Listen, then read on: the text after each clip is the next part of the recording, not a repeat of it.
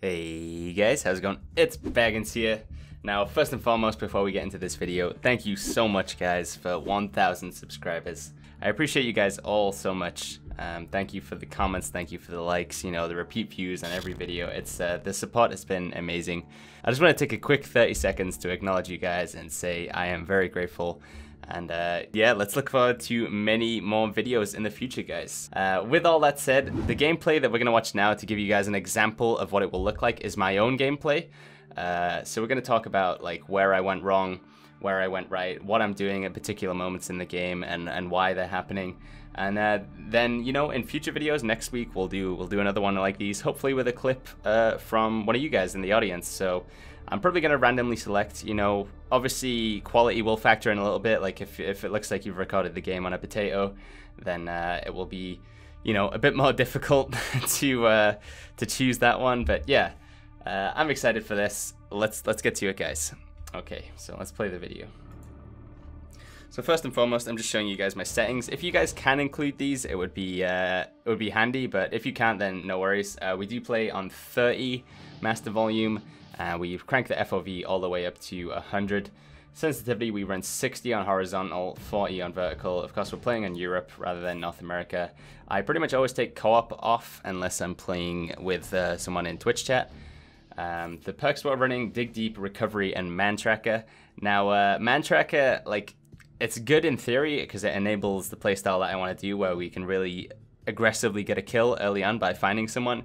But pretty consistently, the Man Tracker does not work for me, so it's kind of a bit questionable why we keep running that. But, you know, the dream is there to actually have a working Man Tracker. Whether it actually happens or not, yeah, well, it doesn't. I'm gonna spoil that for you guys right now. We don't get a working Man Tracker, but yeah.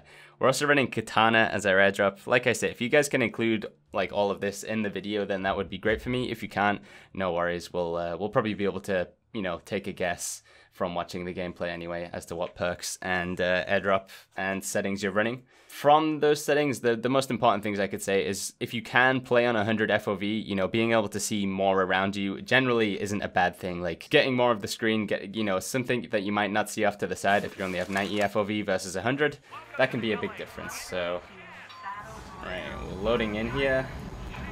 Just waiting for the game to properly load. Those first few seconds are always a bit scary. If you move around, sometimes I find I get a fatal error. So the first thing I always do when I get into a game, provided, unless I'm in like an incredibly safe space, I always make a knife. So as you can see there, we get the bugged Man Tracker. Just, you know, I'm going for the funk straight away as well. Double check that Man Tracker. Doesn't work. So it's basically like a perk that allows you to start off with 10 extra funk, which isn't worth it, frankly, but sometimes the Man Tracker does work, and it's great. So yeah, craft a knife, then run to your nearest building. Sometimes you find a weapon like the hammer, but sometimes you don't, and then you're really thankful that you have that knife, because if someone comes into the building, they have a knife and you don't, it's going to be very difficult to win that fight. So, you know, at worst case, we've wasted 3 funk, but if you recycle it, you know, you'll get 4 back, so yeah, the difference being 3 there. We are coming across our first fight here. Like I say, this guy doesn't have a weapon. He's only got fists, so you can see it's not brass knuckles because when he punches us, we don't get a cripple put on ourselves. However, we are crippling him with the hammer, only for 5% movement speed, but it will allow us to catch up with him. That's the main reason why we're using the hammer over the knife, because I quite often get this problem where I struggle to catch players because of this running. Like, it seems to be a problem that's very exclusive on Xbox for me, and you generally don't have trouble catching players on PC. This guy does give us the old loosey-goosey here, like runs away and we lose sight of him temporarily, but like I say, that cripple from the hammer, the throw also applies the cripple as well, so we are able to effectively catch him up. Now we're just going for the finishing fight here. We know he's going to be blocking since he's so low on health. However, making a bit of a mistake there. I should have just kept shoving over and over again. But I was just, frankly, I get a bit pissed off at that point. As you can see, I'm just sort of checking out his body, just definitely confirming he's dead. Like, nothing enrages me more than players who run and I can't catch them up because the controls don't allow me to. Selling the bandage now. We don't really need it. We're full health. Things that we're looking for right now in the game, since we got the backpack, we're going to try and loot the rest of this building, pick up anything we can.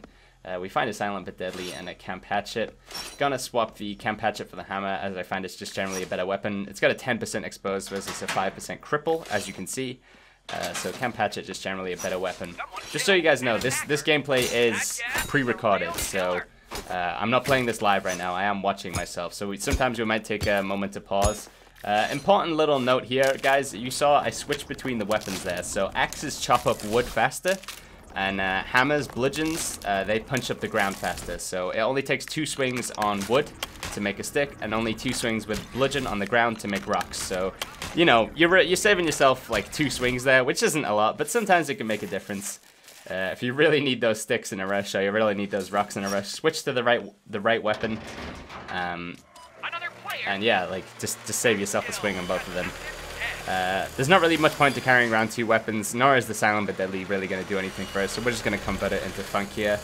If I'm not mistaken, yeah, we decided to keep the snares. We might be able to put them into use, since we've got like 4 slots free in our inventory. We're going to carry them. Who knows, they might come in handy. We could sell them, but quite frankly, we've got the funk that we need right now. We've made a body armor. We're just looking for kills right now. At this point, I generally take a look at the scoreboard. Once we're about to go hunting, we know who we come across. So we saw No Name at the top there, has 2 kills. So if we come across that player, we need to give him a bit more respect. He's probably going to have a tier 2 weapon, body armor.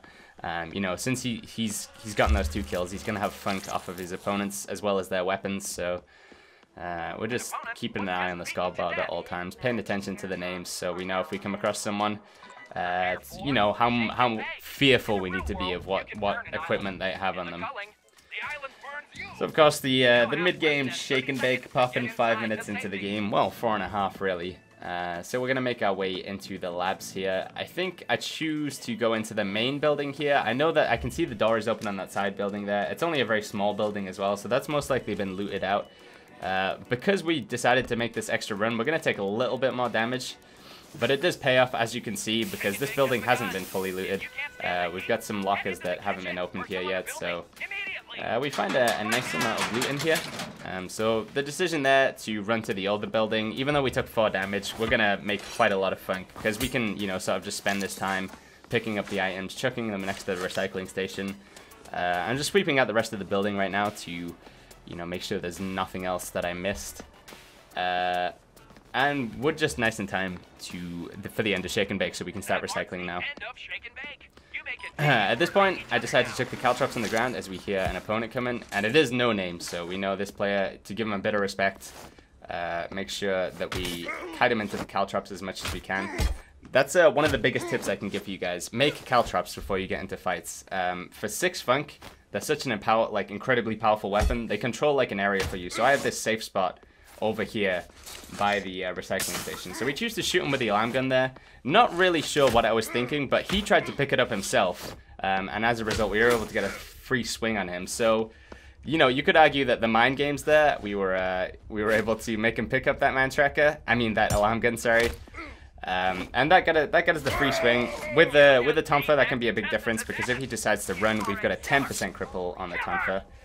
Rookie mistake there from No Name though. He was running a machete while he had a tanto knife in his inventory.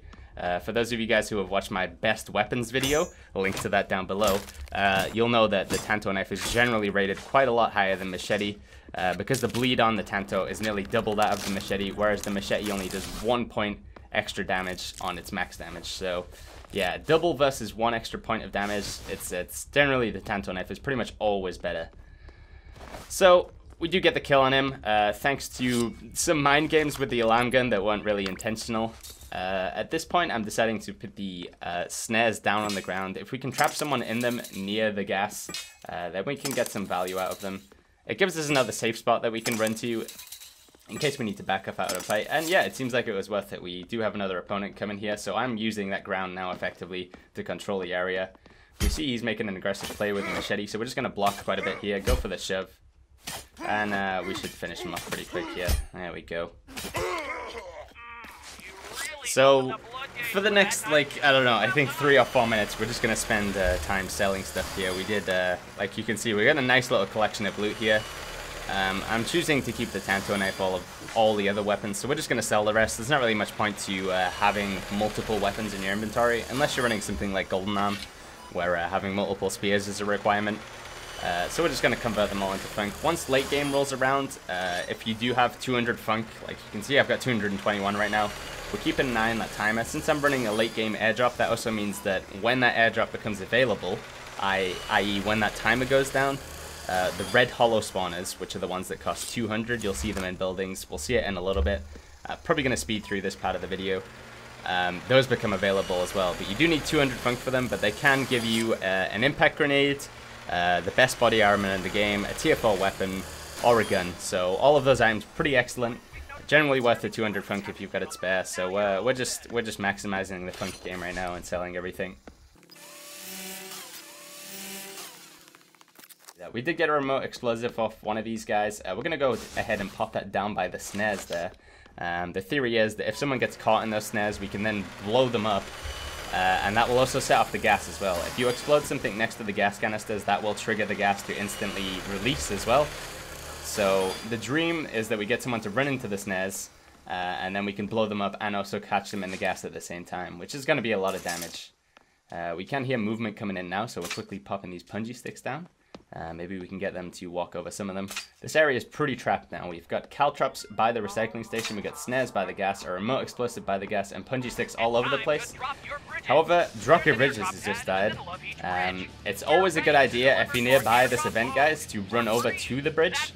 We're keeping an eye out for that guy. We heard footsteps. By the way, on that note of hearing footsteps, if you guys don't play with headphones and you seriously want to start winning more games at the Culling, get a pair of headphones. Like, it can make such a difference. Like, the surround sound in your ears, so you can actually tell like who's behind you and who's in front of you. I can hear someone's opening lockers now, and it turns out they're not in this building, so maybe headphones didn't do me that much justice there. But we were able to detect that there was a player in here as a result of that. And I know a few people just with the sound coming through their TV sometimes don't hear that, and as a result they missed out on a kill there.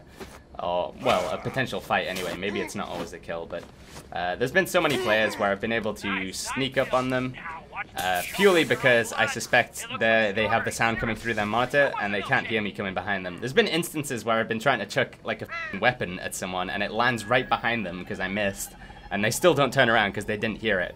And I can only assume that if they had headphones, they would hear it there. So there's that late game holo spawner that we're talking about, guys. Getting a good amount of value with that 200 Funk. SMG, not the best gun we can get for sure. We would like a rifle or a Magnum. We just heard that guy pull out a Magnum there. Each gun makes a distinctive sound, so we're gonna have to pay him a bit of respect here.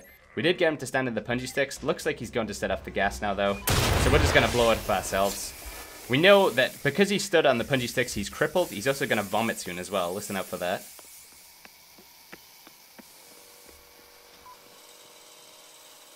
I think we might have already missed it. But yeah, getting stuck in the punji sticks, followed by the explosion, followed by the vomiting, means a lot of damage because he's going to be slowed while he's in the gas because the explosions cripple you. And also the punji sticks causing you to temporarily stand still. So right now we're looking to make some more of those caltrops that I always, you know, go on about. Probably one of the best things you can do with 6 Funk in the game, guys. In fact, I think it is literally the best thing to do with 6 Funk.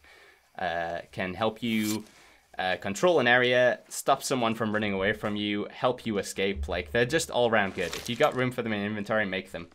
So we are running in on the guy here. There's that Magnum that I was talking about. He does get a shot off on us, but we're going to go and try and disarm him here. We'll get him into melee combat, so can't really pull out the Magnum now without getting shot. However, we go against our own our own decision making there and pull out the SMG. SMG only really viable at very close range, which makes it kind of tricky because guns, if you get hit while you're holding them, you will be disarmed. But we went for the risky play there and it paid off. We got a few headshots and we were able to like pretty quickly dispatch him. So right now we're just deciding what loot we want to take, and we decided we don't want any loot. We're gonna go for the drop your bridges. We figured that's probably the only guy in the vicinity. A man tracker would be pretty sweet right now, but we are bugged out, so there's potential misplay sort of there, because if we drop the SMG and he was able to pick it up, and then kite is away. That would have gone pretty wrong for us there. So maybe a slight misplay pulling on the SMG. We should have just really kept the melee combat going. With the Tanto knife, it's most likely we win the fight versus the camp hatchet, but I guess I was getting a bit frustrated at that point, and I just wanted to end the fight quickly. So we do have the sledgehammer now. You can notice that I'm moving things to the top of my inventory slot. Just going to toss the Tanto knife. We don't really need room for it. It would be better off as just having that slot as caltrops or something, which I'm pretty sure is what I'm going to go make now. Another little tip there for you guys is to always keep your inventory nice and organized. You can see I always put my weapon at the top, then like the thing that I'm most likely to reach for, and the second slot down below. In this case, the revolver. Just means you can toggle between them quicker in the fight, and you don't have to, like, you know, pay really close attention to where everything is in your inventory. I just generally have like a sort of set method that, you know, main weapon at the top, ranged weapon second, caltrops like easy to switch to as well. If I press Y, I'll cycle all the way through my inventory and end up at the bottom, like so. Wow, it's almost as if this is, I knew what I was gonna say there. But yeah, like, so we got a sledgehammer, we got 2 guns, we got caltrops, we got a medkit. We're feeling pretty good right now. Again, I think we're going to take a look at the scoreboard soon. It's probably the best thing to do right now, see what's going on. Yeah, so we got Silent Sniper with 3 kills. It's a late game timer now, so it's most likely he's going to have a gun or a tier 4 weapon at the least. So we're going to have to prepare for that. At this point, with another 200 funk left, generally the best things you can do is either go and buy another red hollow spawner or come to the center to get some stuff here. So I would not recommend Timo Blast. That is not worth 150 funk. Unless you're just absolutely rolling in funk, do not buy that. This is a much better investment here. Tactical body armor for 150. This is the best body armor in the game. So we're tossing the medkit on the ground to pick it up. Probably the least valuable thing, just in case someone was to sneak by. We could toss the caltrops, but then we just have to make them again. You can't toss caltrops without deploying them, so keeping those on us. We've noticed there's orange juice there. That would also be a very good buy. Maybe I would have taken orange juice over the body of the armor there, actually, since we did have body armor intact.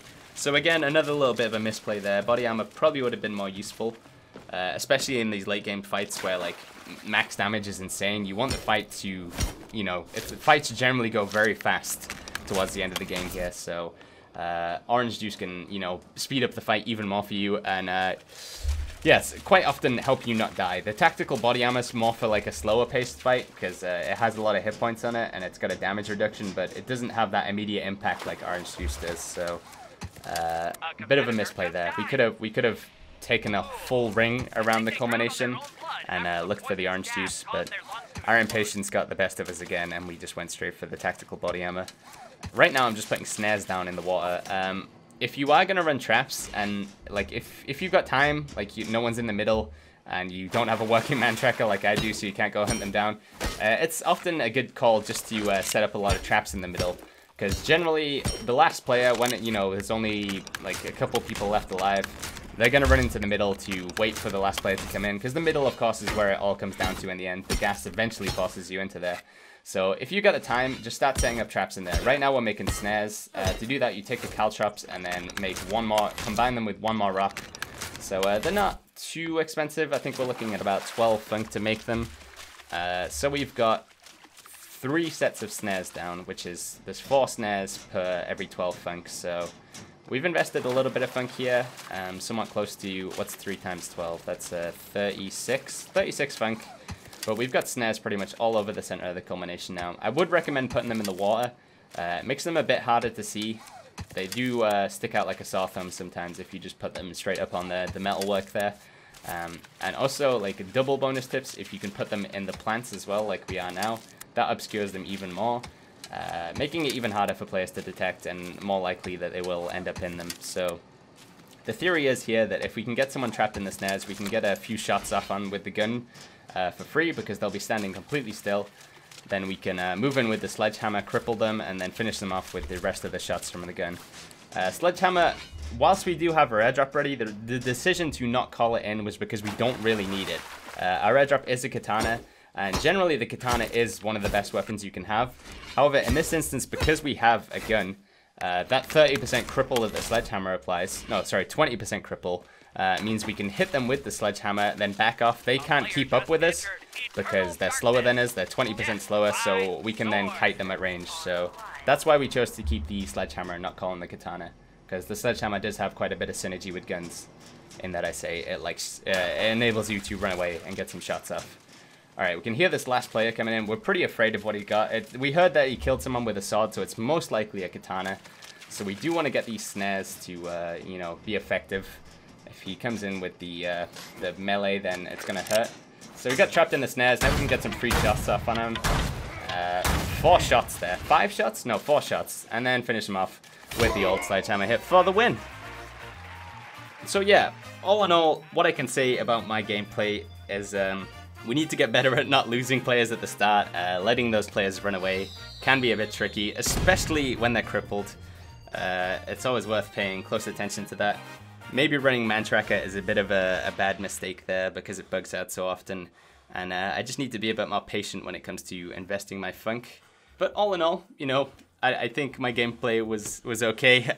I'm not saying it's perfect. By all means, if you guys noticed anything that I'm doing wrong in the comments down below, I welcome your guys' criticism as well.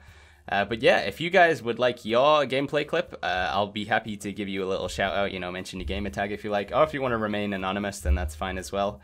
But yeah, I'm looking forward to seeing some clips from you guys. Let me know what you think about this idea. I think it's a pretty good way to get involved with the community and help you guys improve your gameplay. If you did enjoy the video, go ahead and click that like button. And if you want to see more of my Culling content, then go ahead and click subscribe. We're going to try and get out at least 3 to 4 videos a week now.